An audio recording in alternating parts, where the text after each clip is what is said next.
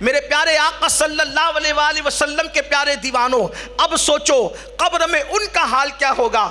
اگر آپ یہ سمجھتے ہیں کہ معاذ اللہ دین سچا نہیں، استغفر اللہ، حالانکہ کوئی مسلمان یہ سوچ نہیں سکتا اور یہ باتیں یوں ہی گڑی ہوئی ہیں، تب تو اسلام سے اس کا تعلق نہیں۔ اور اگر آپ یہ سمجھتے ہیں کہ دین سچا ہے، اسلام سچا ہے، اسلام کی ہر بات صحیح ہے، تو ذرا سوچو نا میرے بھائیوں۔ اور میں اپنی بہنوں سے بھی پوچھنا چاہتا ہوں، اللہ اکبر، سنت مصطفیٰ کو ترک کیا، رسول اعظم کی سنت کو چھوڑ دیا تو قبر میں قبلے کی طرف منہ نہیں رہے گا۔ تو وہ لوگ جو جان بوجھ کر فرائض چھوڑتے ہیں، ہاں ان کو بار بار نماز کی تلقین کی جاتی ہے، لیکن پھر بھی وہ نماز کے لیے نہیں آتے، مسجدوں کے اندر نہیں آتے۔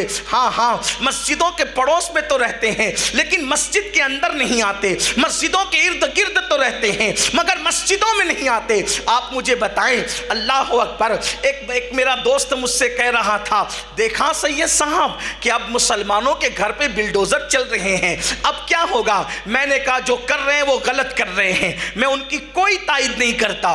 بلڈوزر چلانے والے کر رہے ہیں، جو بھی کر رہے ہیں غلط کر رہا ہے۔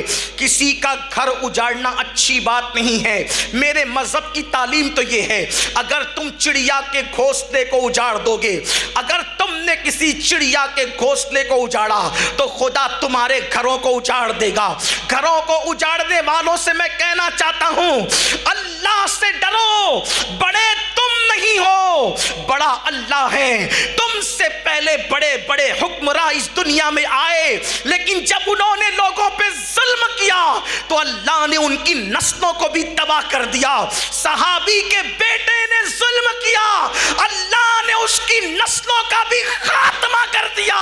آج یزید کی نسل ڈھونڈے سے نہیں ملتی۔ یاد رکھنا، کسی کا گھر اجاڑنا بہت برا ہے، میں تائید نہیں کرتا، ظلم کر رہے جو کر رہے ہیں، لیکن مسلمانوں سے دوسری طرف پلٹ کر کہتا ہوں، تمہارے گھر اجڑ رہے ہیں، تمہارے گھر ویران ہو رہے ہیں تو تمہیں کتنی تکلیف ہو رہی ہے۔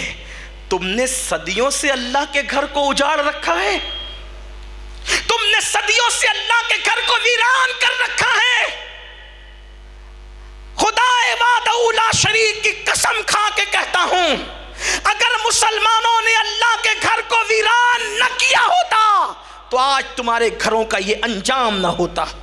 اور آج بھی اگر تم سدھر گئے، پوری دنیا کے مسلمانوں جو اللہ کے گھروں کو ویران کر بیٹھے ہو، خدا کے گھر کو ویران کر بیٹھے ہو، ہاں جمعہ کے علاوہ پہنچتے کتنے لوگ ہیں؟ جمعہ کے علاوہ آتے کتنے لوگ ہیں؟ اور جو آتے وہ بھی صرف 2 رکعت پڑھنے کے لیے آتے ہیں۔ ذرا سوچو نا، اللہ تبارک و تعالیٰ کو کتنی اذیت دیتے وہ لوگ، اللہ کو کتنا ناراض کرتے وہ لوگ جو اللہ کے گھر کو ویران کرتے۔ تمہارا گھر ویران ہو تو تمہیں اچھا نہیں لگا، ارے تم اور میں کیا، چڑیا کا گھونسلہ کوئی ہانس اس کے بڑھا دے تو چڑیا بھی چیخنے لگتی ہے نا۔ جب چڑیا کا گھونسلہ ویران ہو تو چڑیا تڑپتی ہے، تمہارا گھر ویران ہو تو تم تڑپتے ہو۔ وہ بے نیاز خدا کا گھر اگر ویران کرے، کیا وہ اللہ ہم سے ناراض نہیں ہوتا ہوگا؟ اس اللہ کو ہم اذیت نہیں دیتے؟ سوچو تو صحیح، اگر مسلمان خدا کے گھر کو ویران نہ کرتا، اس کا گھر کبھی ویران نہ ہوتا۔ ایک بزرگ حج کے لیے گئے، حج کے لیے، تو ان کی چونکہ وہی لوگوں کا طریقہ تھا، سفر کرتے تھے تو مسجدوں میں قیام کرتے تھے۔ ایک مسجد میں رکے، مسجد میں رکنے کے بعد دیکھا کہ رات کے آخری حصے میں کوئی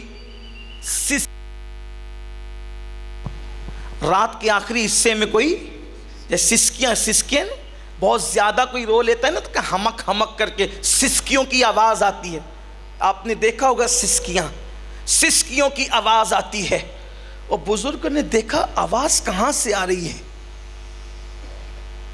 تو کوئی دکھا نہیں، تو غیب سے آواز آئی، اے پریشان اللہ کے بندے، حج کو جانے والے، یہ کسی اور کی آواز نہیں، یہ مسجد کی دیواروں کی آواز ہے۔